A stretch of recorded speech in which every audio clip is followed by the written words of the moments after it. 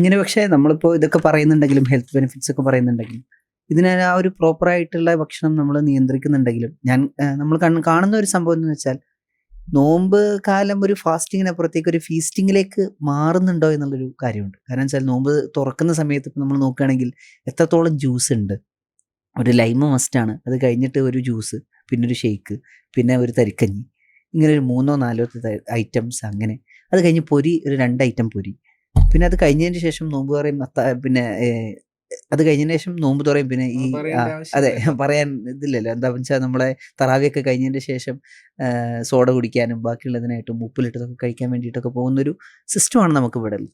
അപ്പോൾ അങ്ങനെയൊക്കെ ചെയ്യുന്ന സമയത്ത് നമ്മൾക്ക് ഈ ബെനിഫിറ്റ്സ് കിട്ടുന്നില്ലല്ലോ എന്നുള്ളൊരു പ്രശ്നം അവിടെ നിലനിൽക്കുന്നില്ലേ?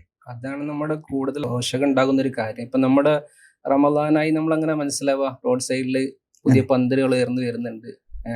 നമ്മുടെ സമൂഹം രാത്രിയിൽ ഫാമിലി അടുക്കം, ചെറിയ കുട്ടികളും അടുക്കം ഫാമിലി ആയിട്ട് പുറത്തിറങ്ങിയിട്ട് 10-12 മണിക്ക് ശേഷം രാത്രി എങ്ങനെയാണ് ഹയാത്താക്കുന്നവര് അവരെ നേരം വെളുക്കുന്നവരെ ഇത്തരം സോഫ്റ്റ് ഡ്രിങ്ക്സുകളുടെ കുലുക്കിയും ആ ലെവലിൽ നമ്മുടെ ശരീരത്തിന് ഹാംഫുള്ളായ ഒരു ഡ്രിങ്ക്സുകളൊക്കെ കഴിച്ച് ഈ ഒരു ഫാസ്റ്റിങ്ങിനെ നേരെ തിരിച്ച് ഡോക്ടർ പറഞ്ഞ ഫീസ്റ്റിങ്ങിലോട്ട് മാറുന്നത് കൊണ്ട് നമുക്ക് നോമ്പിന്റെ യഥാർത്ഥ ഗുണങ്ങൾ അത് കിട്ടാതെ പോകുന്നുണ്ട്. അതേപോലെ പൊതുവെ നോമ്പ് കഴിയുമ്പോഴേക്ക് ഇസ്ലാം പ്രതിപാദനം ചെയ്യുന്നത് ഒരു ആരോഗ്യകരമായ ശരീരം 11 മാസം ഓടാനുള്ള ആരോഗ്യം തിരിച്ചു കിട്ടുക എന്നുള്ളതാണ്. പക്ഷെ നോമ്പ് കഴിയുന്നത് കൂടി ഞാൻ നേരത്തെ പറഞ്ഞ ഈ ആൾക്കാരെല്ലാം ഹോസ്പിറ്റലിലോട്ട് പറ്റുമായി തിരിച്ചു വരുന്ന അവസ്ഥ വരുന്നുണ്ട്. അതെന്തുകൊണ്ട് എന്നുള്ളത് നമ്മൾ ചർച്ച ചെയ്യേണ്ട വിഷയം തന്നെ അല്ലേ. മാത്രമല്ല ഇപ്പോൾ സാധാരണ ഒരു വെയിറ്റ് ലോസിനേക്കാളും കൂടുതൽ ആളുകൾ നോമ്പ് കഴിയുന്നതോടുകൂടി 2-3 കിലോ കൂടി എന്നുള്ളൊരു അവസ്ഥയിലേക്ക് വരെ പോകുന്നത് നമ്മൾ കാണാറുണ്ട്. തീർച്ചയായിട്ടും.